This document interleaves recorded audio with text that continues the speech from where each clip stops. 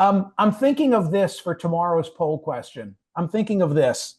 Will Kamala Harris's poll numbers rise or fall when she undergoes more questioning from the media and the public? And then the choices would be rise, fall, or stay the same. I've got to think about it. If something happens tonight relative to the convention and her speech, then I'll pivot. But I do believe we're going to enter another phase when the convention ends. She'll have to avail herself of the questioning. It's funny. I had a phone call today from Lori, who has called before, and I've met Lori, and she's awfully nice. And she was disappointed in me because she doesn't like me saying that if I were advising the vice president, I would be telling her to do exactly what she's doing. And by the same token, as a citizen, as a member of the media, although I often don't think of myself that way, I feel like we're deserving of more. But I get it. I mean, she's had the perfect opportunity in the last month to call all the shots and keep her distance from the media and reintroduce herself, because the first introduction was in the campaign 4 years ago, where she dropped out before a vote was cast. So she's had an opportunity now on her terms to kind of reset everything, and she's taken full advantage of it. And the level of frustration that exists among Republicans and those that you watch and hear, if you do, on Fox News is really something. I think that there are two big challenges, and I'm working on a commentary that I may have to tear up depending on what develops in the next 24 hours. But it's a commentary that talks about what's about to unfold. And I see twofold challenges. One, that the vice president needs to maintain the level of momentum that she's established while answering the questions asked by the news media. And from Trump, it's a much different challenge that he faces. It's a challenge where he's got to keep his demons in check and exercise some level of discipline that he's never been able to do before.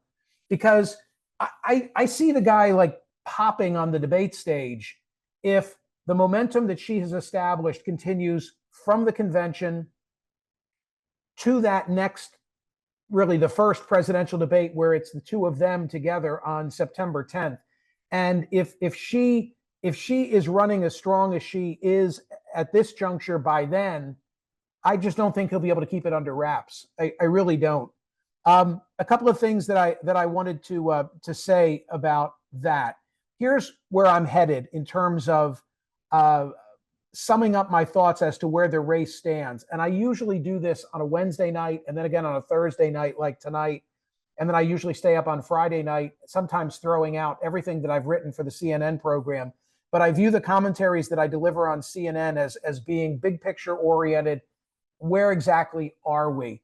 So here's a little advance, if you will, recognizing that I may tear it up by tomorrow. But I'm thinking of beginning by saying, you know how my second line is always, I'm Michael Smerconish in Philadelphia. I like to say something pithy, something mysterious, even as the first words out of my mouth on a Saturday morning. So I'm thinking of saying this: 1,363.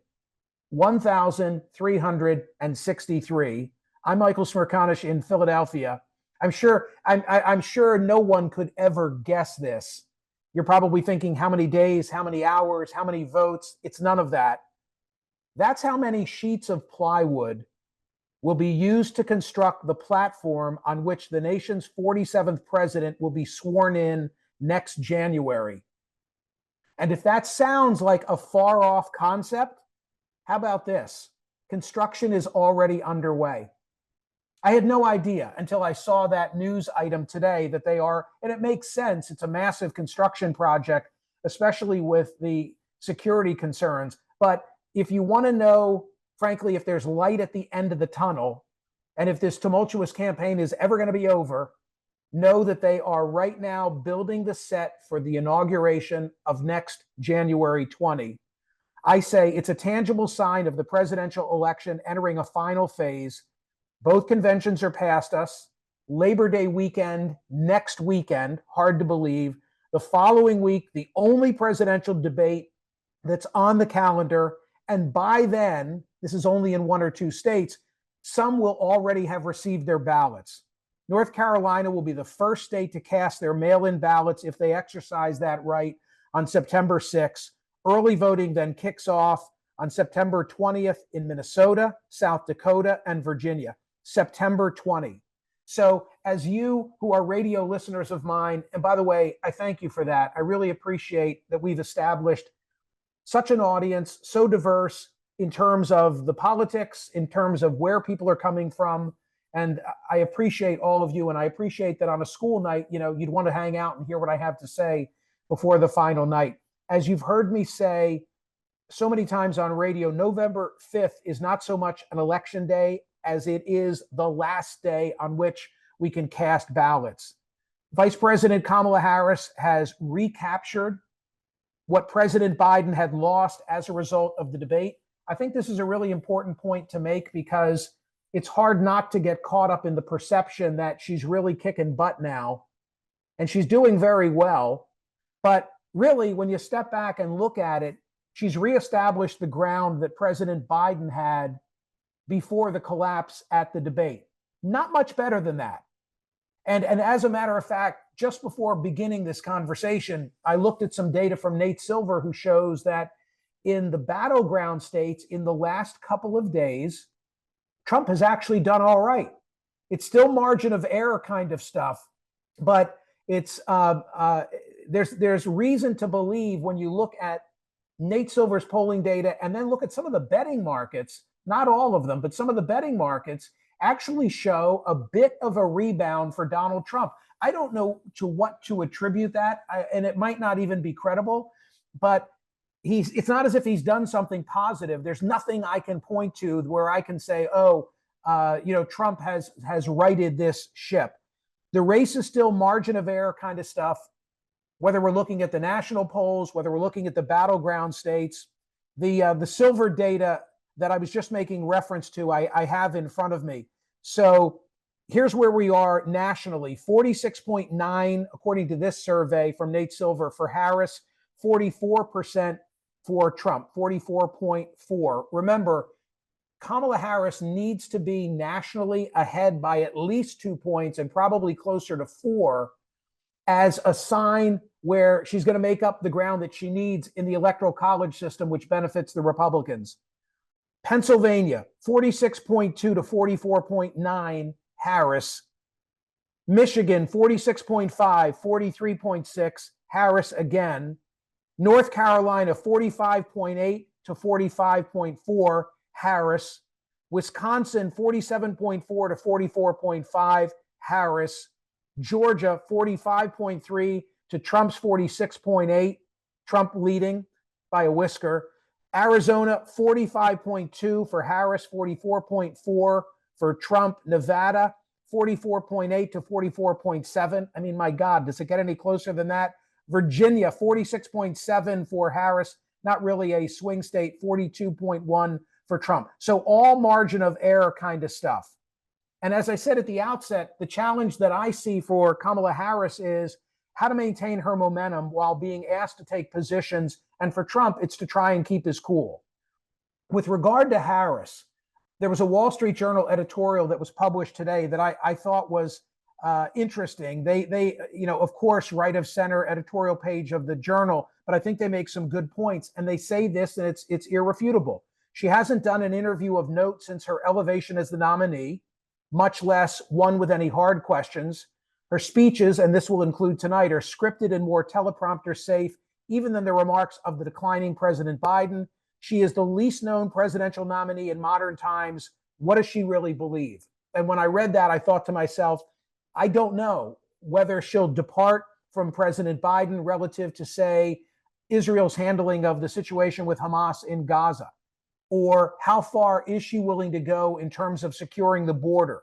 Is she still supportive of Medicare for all? You remember that debate, which stands out in many of our minds, in which she was a candidate in the last cycle, where we remember her for the takedown of President Biden, then Vice President Biden, on the busing issue. And for many, that's all they remember of that debate. But I was there that night. That was also the night where there was one of those questions, I love them, the candidates hate them, where they were asked to raise their hand if they want to get rid of private health insurance. Bernie's hand went up, and then kind of sheepishly, Senator Kamala Harris's hand went up as well. Is that still her position? Does she want to put an end to all private health insurance? A question of significance to some Pennsylvanians. Is she for or against fracking? And the point I'm trying to make is there's much more unknown than known still regarding the platform on which she's running for the presidency. For Trump, I think that the challenge that he faces when we get beyond tonight and beyond both of these conventions is much more personal. It's this containing of his level of frustration over her ascendancy. You know, he came out of the Republican convention not long ago looking invincible, right? I mean, it was post-assassination attempt. All the polling data was headed in his direction. Republicans, just like Democrats, and what I've seen so far, ran, I think, a pitch-perfect convention. The only thing that I can see, and I've said this on radio, that I think was a mistake was the handling of President Biden on Monday night. They never should have shoved him into the position of beginning his remarks at 11:26 and not finishing until almost 12:30. I think it wasn't right on a personal level.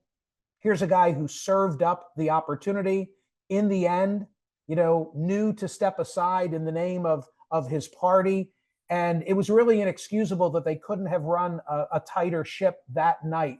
But beyond that, it's been a pretty effective convention. I find interesting, and I was of this observation, and I was eager to make it on tomorrow's radio show. And then, as often is the case, somebody else wrote about it extensively. And now I'm not sure, do I go and say it, or is everybody going to say he ripped off, in this case, Politico? But I've always been interested, and we've talked about this on radio, how Republicans have owned patriotism. I love the song, the Lee Greenwood song, and God Bless the USA. And there's never been a corollary for Democrats. You ask Democrats, and what do they have? They have Arlo Guthrie singing, "This land is your land." This convention's been different. I mean, I don't remember in recent memory the chants of USA, USA that I've heard at this Democratic convention. The camo hats, you might not think of that as being patriotic, but I put it in a category that you're more apt to see among Republicans than Democrats.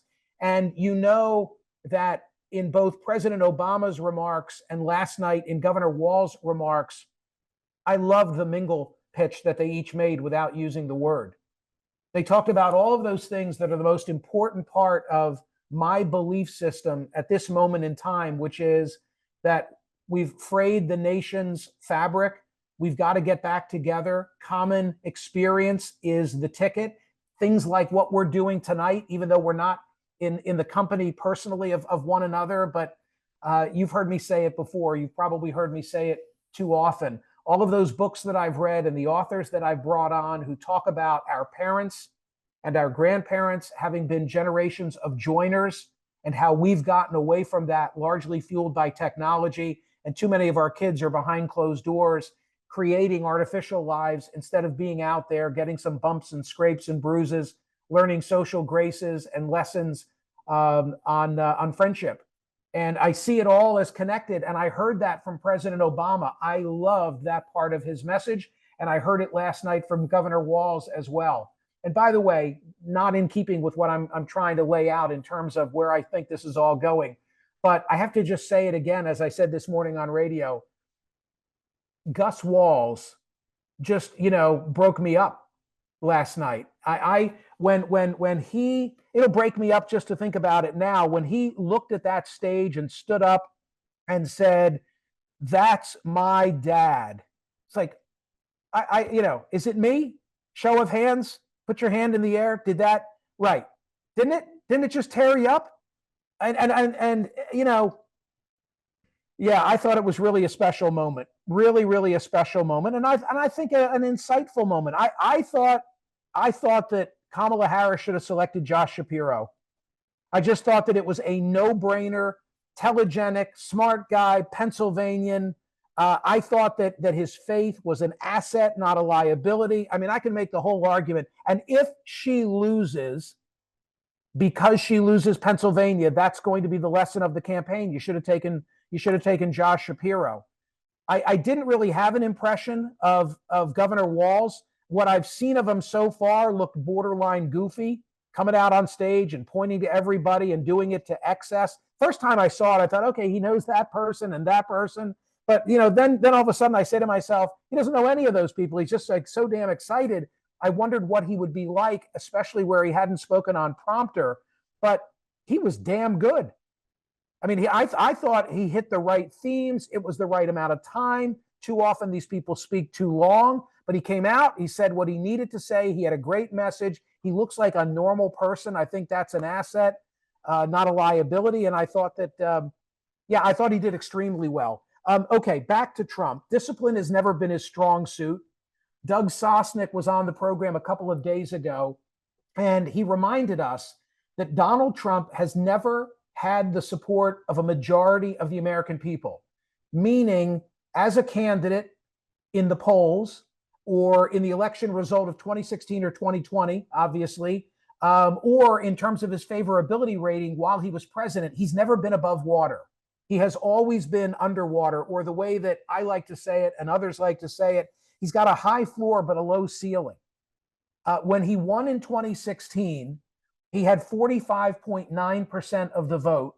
Hillary had 48, and of course, she lost. But think about that. That's a 2-point advantage that she had, which takes me back to where I was a couple of moments ago when I said that Kamala Harris has got to be up beyond 2, probably closer to 4. But when Trump won with 45.9% of the popular vote, obviously he won in the Electoral College. So the popular vote is an interesting barometer, but it's not outcome determinative. That's not how we elect our presidents. But he did it because there was this robust third-party movement in 2016, which included Jill Stein and Gary Johnson and Bill Weld. So now, all of a sudden, we've got an interesting dynamic because the latest data before we began this conversation shows that this is 538's polling average. Trump right now is at 43.8. RFK Jr., as of this moment in time, is at 4.9. And of course, we expect that tomorrow in Arizona at, I think, 2 o'clock in the afternoon, he's going to get out. So nationally, Harris 46.6. This is 538's average. Trump 43.8. RFK Jr. at 4.9%. What is going to happen to that vote?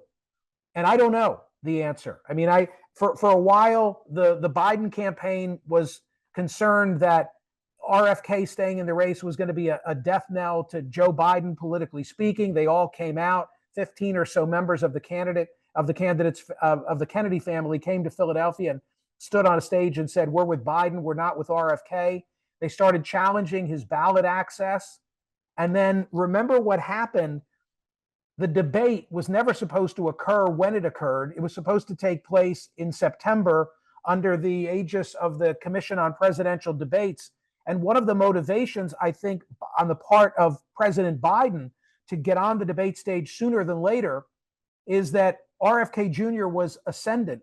He was at about 15% in the polls. He wasn't where he needed to be for 270 electoral votes, which was the second threshold by the Commission on Presidential Debates. But the trajectory was such that it looked like he would get there. So I think that was part of the impetus for the Biden campaign to say, let's give a debate right now to Trump, but one of the criteria will be nobody else, only the two of us. And of course, that ended up being a fateful decision for President Biden. But something else that I want to point out, which is all the while that they were getting on the debate stage, just the two of them, this very well-orchestrated effort was underway at the behest of Democrats to challenge ballot position for RFK Jr. And he's sore about it. If you listen to what he and his running mate have had to say, he harbors a grudge on that basis, so much so that if he endorses Trump tomorrow, I think it'll largely be because of that, because he believes that Democrats denied him the opportunity, A, to be on the debate stage, and then B, to get on enough ballots that he could have kept some momentum. I will believe that he's endorsing Trump when he endorses Trump. This whole thing is so volatile. I do believe he'll get out tomorrow. And the likelihood is that he'll endorse Trump, but I don't know. I won't know it until I see it. Nothing would surprise me. After the bear in Central Park, there's nothing that would surprise me about his. And the thing about it is, he's a very bright guy.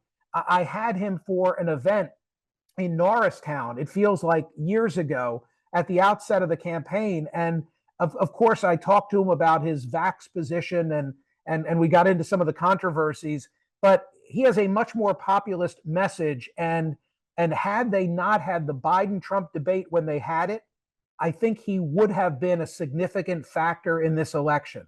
Now, if he's under 5% of the vote, I don't think it's a monolithic vote. And I don't think that his getting out, even if he does endorse Trump, necessarily sways anything. But you heard me talk about what those margins were in all the battleground states. They're so thin that anything could shift the outcome of the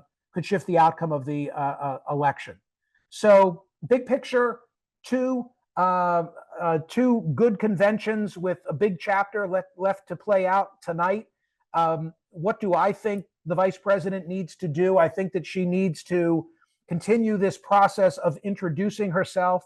I think she will need to be, maybe tonight's not the night because tonight she can get away with generalities, but she's going to have to be prepared to address all these issues that in the past she's taken a position that now would be problematic. The border issue, the Israel situation, the others that I referenced. I think fracking in Pennsylvania. I think that there are pitfalls that lie ahead for her, but tonight it's just a night of showing people that she's not a radical the way she's being portrayed in all the negative advertising by the Trump campaign. Continue to be that likable individual that she's been able to present herself as such thus far. And most importantly, then get ready for some interviews, sit down with somebody in the media.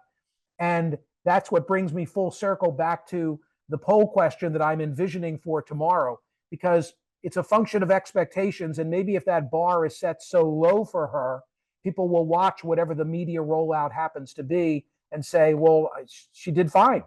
Why all this concern? Remember, when she was asked on the 8th of August when she'd sit down for an interview, she said, we're working on that by the end of the month. By the end of the month, the 8th of August, and yet she's been able to do that. And again, if I were advising her, I'd say play that hand for as long as you can. But sooner or later, she's going to be held accountable. All right, what I would love to do right now with the help of Aleko, I apologize again for our rocky start. I think we've sorted out the bugs. Frankly, I don't know, but I'll know tomorrow when I hear from all the callers. But thank you so much for being here. With Aleko from Creative Outfits Assistance, what I want to ask you to do is go to the React panel and raise your hand if you want to get in on the conversation, if you want to have something to say. And Aleko is going to orchestrate this, call on people, and I will do my best to move in rapid fire and respond to whatever thoughts you might have. Can I also, just in terms of shameless self-promotion, say that I was busy this afternoon working on the cartoon book, the electoral cartoon book.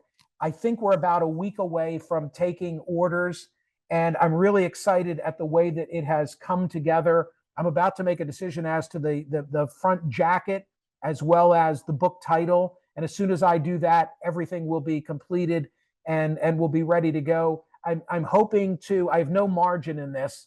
I actually stand to lose money on the proposition. I won't explain all the dynamics of it, but it's a passion project for me, much like the newsletter. And I just think it'll be such a great item for people to have, forever as a memento of the craziest election of any of our lifetime. But I can't gauge the demand for it. So it's a total, crap shot for me. And I may have a garage stuffed with them come Christmas time. Who knows? All right, Aleko, you run the drill. Let's do this. You got it. All right. First up is Charles Chacalo. I'm going to ask you to unmute, and then you can speak with Michael. Hey everybody, Michael, your S's sound fantastic tonight. What are your thoughts? What What are your thoughts on Wait, September 18th? yeah. Trump wants to be sentenced. Wow. Alvin Bragg has said that he won't oppose Trump's request to postpone the sentencing. That's right. And I get where you're coming from, because every one of these legal entanglements thus far has been to his advantage. But I don't know. He needs a Comey. He needs a Comey. But I don't know, because now, she's going to be portrayed as being against cash bail and a rollover prosecutor and so forth. But she's a prosecutor. And I don't know. I know tonight you're going to probably hear from the vice president, which would you rather, a prosecutor or a convicted felon? I would be inclined to agree with you if the whole house hadn't been turned upside down in just the last month. I mean, if he's sentenced, if Juan Merchan sentences him on the 18th, which I'm not sure it happens, and now you're looking at the prospect of him going away, would that turn? Or would it inflame his base? I don't know. You know my views on that case. I never thought much of that case. I think that the case that was the cleanest was Mar-a-Lago, and the one that is most perilous to him is my law school classmate, Judge Tanya Chutkin in D.C. If he ever gets tried for that. I'm sorry, that was a long-winded dodge. I just don't know, but it's a hell of a poll question. If in fact he is sentenced on the 18th, would we need to say with jail time, does it help or hurt? Next. All right. Next up is Garrett Bourgeon. Let me ask you to unmute here, Garrett. There you go. Hey, Michael, how are you? Great to join you again from the last mingle. And yeah, thank you again for featuring my social media post previously on one of your shows. A couple questions. Would love to get your feedback. Given the fact that RFK Jr. is expected to drop tomorrow from the race and support former President Trump, how much involvement do you think the Kennedy family will be maybe private, silencing or private delivering a speech of some type, or trying to get RFK Jr., his supporters away from Trump to perhaps, consider Biden? How much involvement do you think they'll have? And two, are you surprised about how much Kamala Harris, Vice President Kamala Harris, really rose so quickly, opposed to, let's say, Governor of California, Gavin Newsom, who really has, other than speaking for a few minutes with the California delegation, that he wasn't, somebody who was more, verbose or giving a individual speech. Well, I'm going to take your, thank you, Garrett. I'll take your second question first. Sure. I think she would have been a stronger candidate emerging from some type of a mini primary. I thought that would have been in her best interest and the nation's best interest. And selfishly, I thought how exciting it would be if it all came down to tonight, because tonight would have been the night, and you'd had all those individuals, competing for votes. Maybe that was pie in the sky, and no one would ever have stepped onto the stage to compete with her. I don't know. If she's in the debate and stumbles, then I think people will say, as I said, she should have had, to put this in like preseason speak, she should have had some touches. She should have had some snaps rather than just getting in there against Trump on that first encounter. But if it's smooth sailing, then I guess this would have been the right outcome. I didn't anticipate it. I always thought, because I saw the data, her numbers were as underwater as President Biden's. Her approval was in the 30s. So when I saw all those polls that said 2/3 of Americans don't want either of them, Biden or Trump, by extension, I thought that applied to Harris, never anticipating that with Biden stepping aside, there would be this enormous outpouring among Democrats supportive of her. Sure. I'm going to try and move quickly so that I don't keep you over, an allotted time and more people get to comment. So go ahead, Aleko, you take control. Alrighty, next up is Max Cargus. Hey, Michael. Glad to be back after the first Mingle event. First, I wanted to kind of give you a view from Gen Z world because I feel like that perspective doesn't get highlighted a lot on your radio show and everything. The Gen Z crowd, at least that I interact with, I feel is energized more now than they ever have been about a presidential election that I can remember, at least. I think it's most of it's because Kamala is just not a old timer and they're energized and people are talking about politics on like my social media that I've never seen talk about politics before. And I just think that I don't know if they're going to play a huge role. I hope they do, purely because I want everyone who can vote to vote. But I think they'll play a bigger role this year in the presidential election than they ever have. And second, what are your thoughts on or what do you think of it? So I think Kamala should lean as far into the threat to women's rights that the Republican Party poses, depending on like what you think and whether voters think that's actually real or not. But I think they should lean in that as far as possible because my mom, like, is like the stereotypical suburban mom, and at least from what I think, she's energized about Kamala because of her alignment on the women's rights issues than she was under Joe Biden or Donald Trump. So if Kamala can do that and then go back towards the middle on other issues, I think that's a winning political strategy. So what do you think about that? Two quick reactions. One, Donald Trump has never looked so old. Yes. Because he's never been as old as he is today. That goes for all of us. But the comparison between the two, it's like we never looked at him as the old guy. We always looked at him as the guy full of vinegar and something else because it was always a comparison to Joe Biden. So I'm not surprised that there's more simpatico among younger voters in your circle as they look at the two of them, and they can more associate with Kamala Harris than they can with him. Secondly, abortion rights are undefeated. I mean, since Dobbs overturned Roe versus Wade, I'm pretty sure in what I'm about to say to you that in every election where it's been a ballot initiative or where it's been at issue between two competitive candidates, the abortion right candidate has been successful. So, it's abortion rights versus the border and crime, and then overarching the economy stupid, as we always say. Those are the issues in this election. I don't think that the threat to democracy is really changing minds. Like, you're dug in on Trump. You either think that he was attempting to overthrow the government or not. And I think that the Biden campaign realized, based on their polling, that just wasn't earning any more among the people that they most need to reach. Lecco, over to you. All righty. Next up is Lucas Lederer-Pasquet.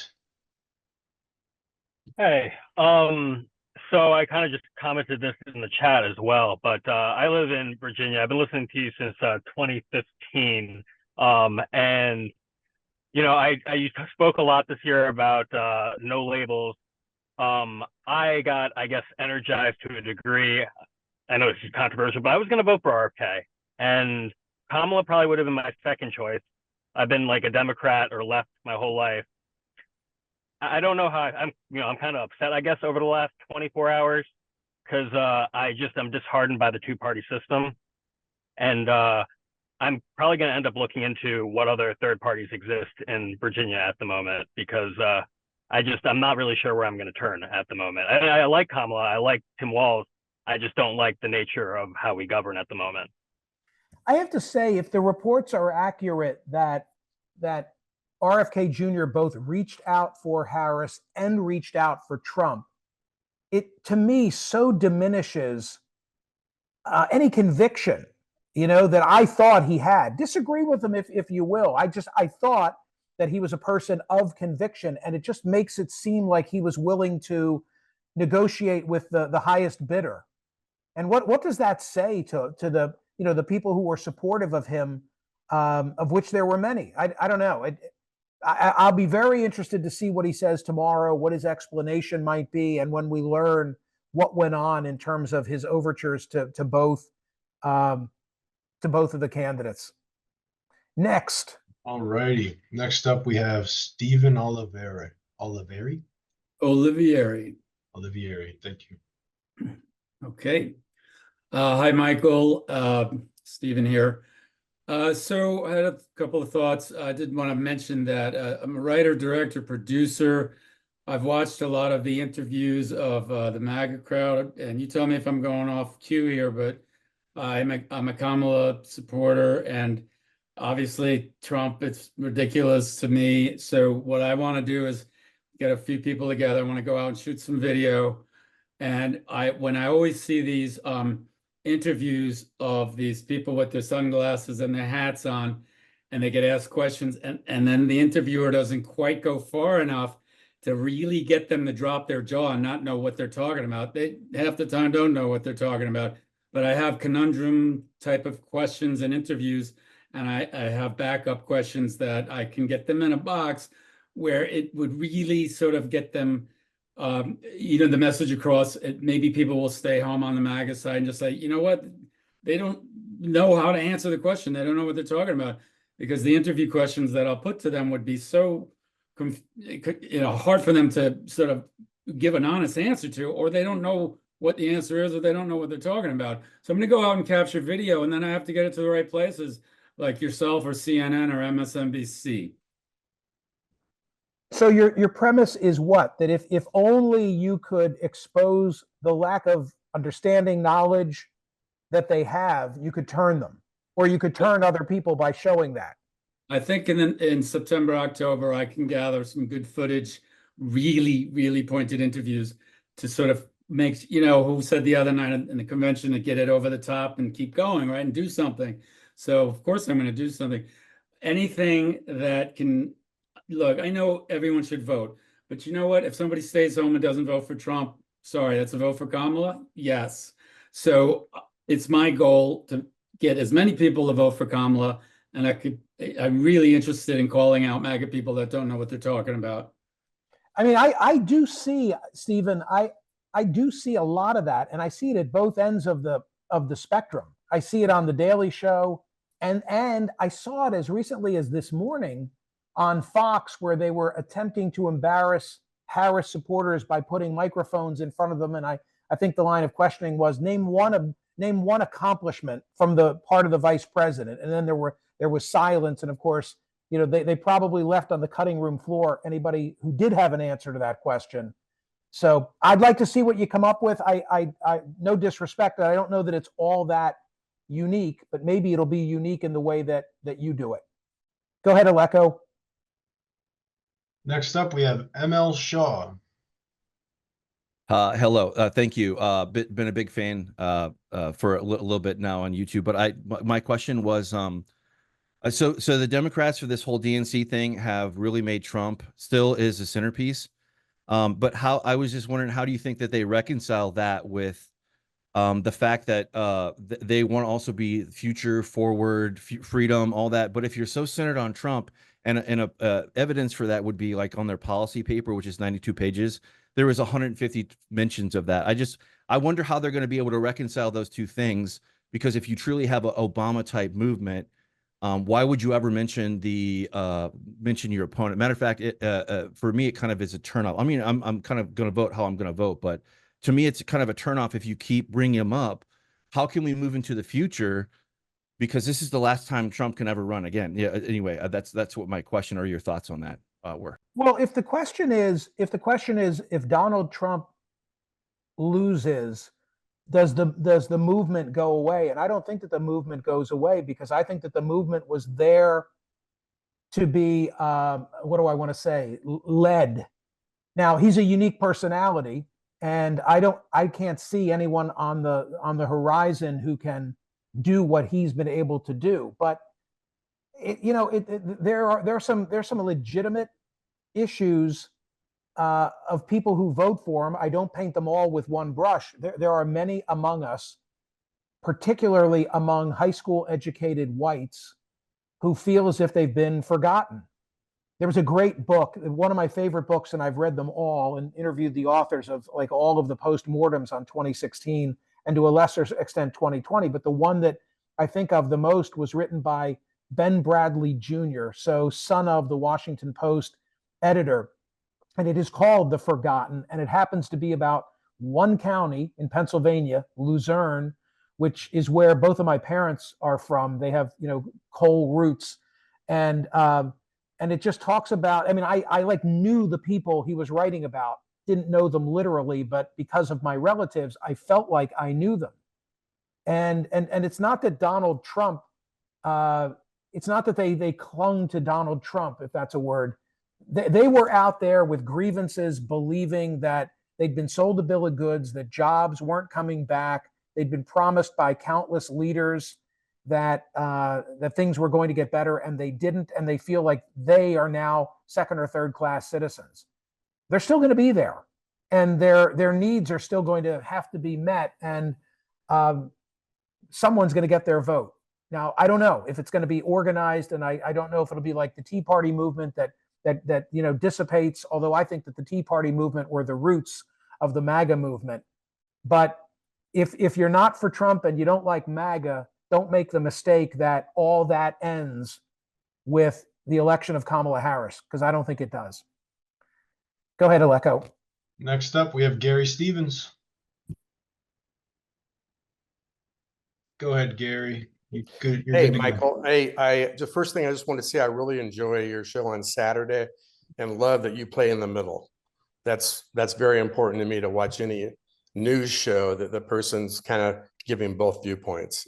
In terms of tonight, I found it very interesting when you brought up the fact that the way the polls stand now for Harris and Trump are very similar to where Trump and Biden were before the debate. So that being said, I mean, do you really feel whoever wins that debate is going to be the next president? And then I think the debate's huge. I don't know if there'll be a second one. I think if there's a decisive winner, the way Trump was the winner in the first debate, not so much because of his performance, but because of Biden's frailties. If there's a big winner in that debate, I don't think that person is going to be willing to go and do it again. If it's close, if people are disagreeing as to who got the best of whom, then maybe they'll do it again. I'm interested to see if there's agreement on a second debate, real agreement, before that first debate. And even if there is, if Trump were to be a big victor, I could see him just coming up with a reason and saying he's not going to get back on that debate stage. Self-control. In her case, she's got to be prepared to deal with the issues, and maybe she can. Maybe I'm selling her short. In his case, it's impulse control. Because if he's the menacing force lurking behind her the way that he was with Hillary, I don't think he'll get away with it this time. Not with an absence of third-party candidates who are going to just siphon 5-6% of the vote that he needs to provide the margin, because he's never getting higher than 45, maybe 46. Go ahead, Aleko. All righty. Thank you, Gary. Tyler Axe, you are up. Awesome. Hey, everybody. It's good to see everybody's faces. Hi, Michael. Hi. So my thought is that Harris really benefits from the ability for voters to subscribe their own beliefs to her, with the lack of interviews, lack of exposure, because they really see her in the similar light as we see so many different potential elected figures before they enter the race. So they saw the same thing with Hillary Clinton before she entered the race. We saw her numbers were so high, and then as soon as she entered the race, it was lower. So people are able to subscribe anything that they want to her right now, which is really, really good for her. And she just needs to now ride that wave because she's already in the process. What are your thoughts on that? I think that's true. I mean, you can see in her whatever you would like to see. If that's your point, I'm agreeing with it. Yeah, I think it is. And I think because she's not an old white guy, she's able to ride that wave even faster. Maybe. I just think there was such. What's the hesitation? Because I don't know that I see race in it. I don't know that. I mean, maybe part of it is that people are eager to break that ceiling and would love to have a female president and a female president of color. I mean, that could be part of the motivation of some. Yeah, I just don't know. I mean, I think that President Obama was the beneficiary of that. I think there were a lot of whites who respected him, thought he was a bright guy, were eager to vote for him. And the cherry on top of the cake was you felt good about yourself at the same time because you were voting for a black guy for president. Aleko. All righty, Tom from Wisconsin, you are up. I'm from Minocqua, Wisconsin. But hello, Michael. Hi. So on Saturday, I think it was James Carville on your show who said that he doesn't have any problem with Kamala Harris not doing big interviews or press conferences. I mean, it's been a pretty short time since this has all unfolded, and she's had a campaign to, like he said, he had a campaign to get organized, everything else, this convention that's had good nights and not so good nights. But what I would hope is that she might make herself available to local media. So like when she's in Eau Claire, Wisconsin, right after she announced the appointment of or the selection of Walz, or when she was in Milwaukee the other night, that she make herself available to local media, which might be a little easier, a little gentler. And then eventually, I would hope, like you said, by the end of the month to go on Meet the Press or something like that. But you know what? She's getting these big crowds, having a great convention. What difference does it make if she does interviews with 60 Minutes? Tom, I totally agree. And that would be the way I would counsel her if I were offering her advice, because my impression of the network affiliates is that they're not partisan and they don't have an edge. And so it's like a double benefit that she could be in Eau Claire and she could sit down with whomever the personality is who commands the biggest audience, respond to that individual's questioning, and move on to North Carolina and come to Philadelphia and do likewise, and be totally protected from the complaint that she hasn't answered questions. What are you talking about? I've sat down with, the Action News team in Philadelphia, et cetera, and get the reps in that way before sitting down for those other shows. I agree. I agree.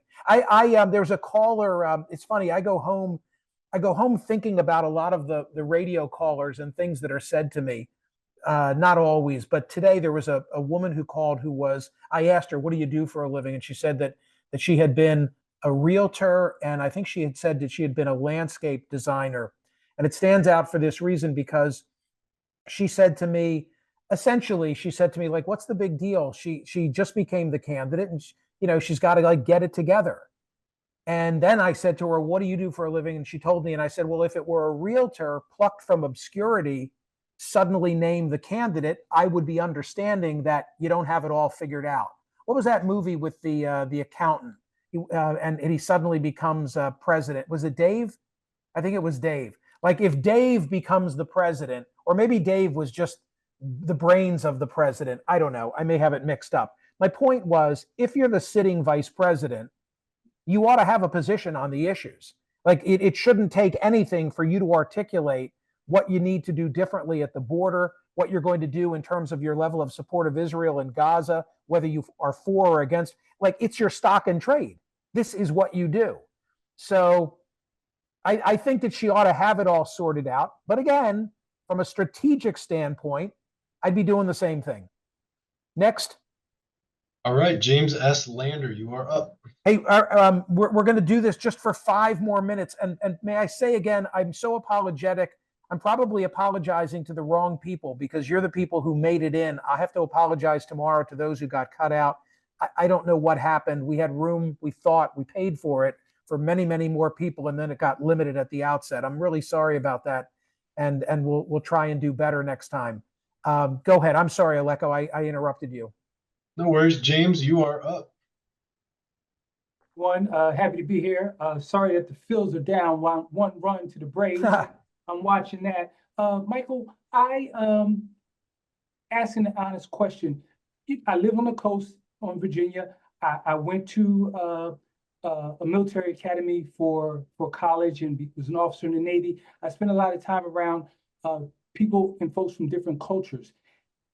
Even after the what happens with this election, and we mingling and getting outside of our bubbles, how do you take that message to folks in quote unquote middle America, flyover America? Because there's not as vast populations or diverse populations in those communities. And so when you live on the coast, in Washington, D.C., Atlanta, Georgia, Charlotte, North Carolina, you are forced in some ways to interact with folks if you get out of your house. But if you live, and this is a stereotype, if you live in Appalachia and you don't have the vast, diverse population, then I'm mingling and I'm doing my part to learn about folks different from me, but they're not learning anything, and they're scared of stereotypes associated with me. So then that constant divide exists, and then it keeps coming back to, you know, this circular argument of the people on the coast think they're elitists. We're not elitists. We're engaged, and we want them to be engaged, but I can't force you to get to know me. So it's a valid argument. I can't drop somebody from Indiana, you know, on your doorstep in Virginia. I totally get that. And I'm not thinking just geography, and I'm not thinking just race. It's largely a class issue, class meaning economically defined. And within every community, there are, this is too simplistic, but there are haves and there are have-nots. I mean, Charles Murray wrote Coming Apart, focused on whites. And the reason that he focused on whites is because he said that he didn't want to have the data skewed by racial differences. And his point was, within each community, could be Black, could be white, could be Asian, could be Hispanic, we've gone our separate ways. And those who can afford to are living distant from those who are not well off. And he used Belmont in Massachusetts, and he used Kensington in Philadelphia as examples of where people are in gated communities or virtually gated communities if they can afford it, or they've been left behind. I guess what I'm trying to say is, do the best that you can to mingle within your own community as a starting point. I can't solve the next step, but I know that within communities, I mean, you know, maybe this is more of a statement about me than it is about the nation. I could name for you now the neighbors on the blocks plural, where I grew up. I could go down, at my age, I could go down the street and I could tell you when I was 12 who lived in every house. I would struggle to do that today. You know, there's more distance between the houses where I live now and the houses where I grew up. That's part of the issue. But I don't know, is it me, or do we just not know our neighbors the way that we used to? Somebody knocks on your door today, you're like hesitant to, oh, what's this all about? Mingle as best you can on a local level. It's a great starting point. Two more, Alecko, and then we all say goodnight and we go and watch the vice president's speech. All right, you got it. Sean White, you are next. So I'll be quick and respect the lightning round rules. So I have a song for the Democrats if they want it. James Brown, Living in America. Love it. It's a great tune. Yeah, it's a great tune. I enjoyed the other night with the roll call vote, all the songs. I got such a kick out of that. And in the novel that I wrote, Talk, the roll call vote at the convention is a key scene. I've always loved it. And this fictitious talk radio host that I created is speaking for the Florida delegation in the roll call. So I loved that there was more time and attention put into the roll call this year and done musically than there has been in any recent convention. Final hitter, who's it going to be, Alecko? Final speaker here, we got Mary. You are up. Hey, Michael. Whoops. Hi. Can you hear me? I can, and I can see you as well. Great, thanks. I was privileged to be at the 1980 DNC in New York City, and I just wondered if you have a favorite memory from any of the conventions you've been to. I have so many memories. I'll tell you, the embarrassing memory is that I was there in Minneapolis, St. Paul, when Sarah Palin came out, embarrassed for this reason, and delivered an unbelievable speech. Unbelievable speech. So much so that I remember seeing a friend as we were running out of the arena, you know, to get a shuttle bus or something. And I how stupid am I? I said, I think they picked the wrong candidate. She was so on that night that I thought that Republicans had caught lightning in a bottle by making her their choice. And then, of course, we all know how that ended. I guess for me, my favorite convention moment would be the 1984 Republican convention, because I I was a delegate, an alternate delegate, which meant that I had to run for the position. I had to go out and screen. I had to deliver speeches. I had to win the Republican endorsement to get my name on the sample ballot because a lot of people ran to be delegates and alternate delegates. And at that time, I would have been 24 years old. I was the youngest elected delegate or alternate at that convention. It was in Dallas, and I was totally caught up in the moment. I loved it. It was Reagan's re-election, and I was totally on the train. And when you're a young person in that room where there are so many older people, you get to do things because, hey, let the kid come along. So the memories that I have of Dallas in '84, I guess would be at the top of my list. And I ran for that while I was a senior in college. It was just a very cool experience. So that would be my story. I guess not too exciting, but I'll always remember it. Okay, thank you guys. Really, really appreciate it. Cartoon book in about a week if you're interested in that, and I sure as hell hope you are, or my garage is going to be stuffed with them.